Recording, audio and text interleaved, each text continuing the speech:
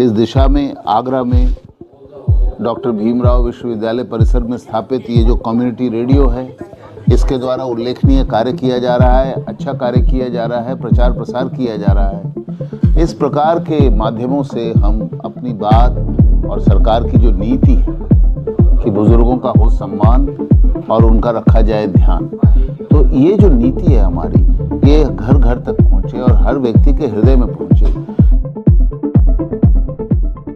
मेरा नाम अमित कुमार घोष है। मैं वर्तमान में भारत सरकार में सामाजिक न्याय एवं अधिकारिता मंत्रालय में अपर सचिव के पद पर तैनात हूँ और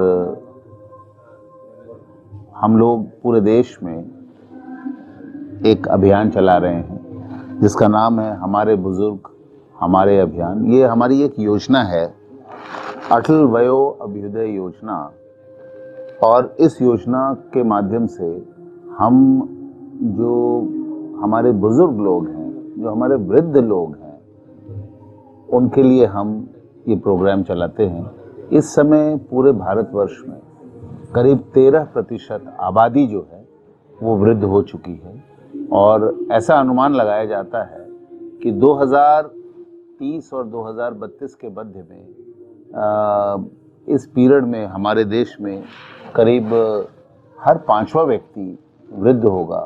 तो चूँकि भारत की आबादी बहुत बड़ी आबादी है, तो ऐसे वृद्ध लोगों का ध्यान रखना ये सिर्फ सरकार नहीं, पूरे समाज की जिम्मेदारी है। इसका जो पहला सिद्धांत है वो ये है कि हमारे परिवार में और हमारे परिवार से जुड़े हमारे समाज में जो वृद्ध लोग हैं, उसका हम अपने परिवारजनों का, अपने समाज के लोगों का, जहाँ पे हम रहते हैं, हमारी कम्युनिटी का हम ध्यान रखें। इस समय हम देखते हैं कि हमारे सामने कई बार ऐसे केसेस आते हैं जहाँ पर कि वृद्ध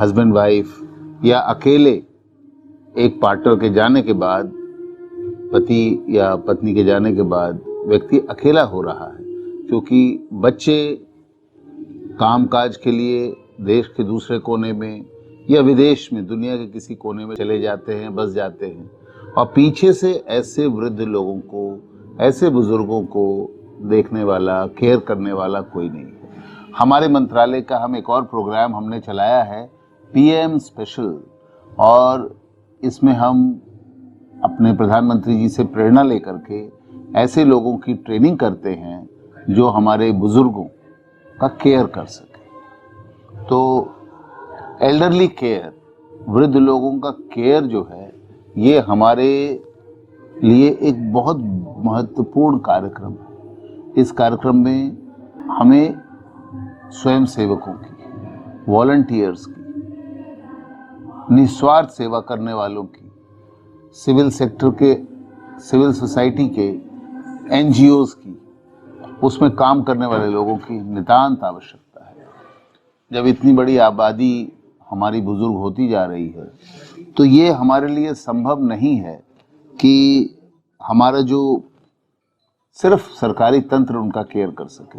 तो एक जन भागीदारी और एक PPP मॉडल में, जिसमें कि हम इस प्रकार की सुविधाओं को सपोर्ट करें पर अधिकतर वो काम खुद कर सकें और उसके लिए जन सहयोग उनको मिले, जन सहभागिता हो, कम्युनिटी की भागीदारी हो, ये बहुत इम्पोर्टेंट है।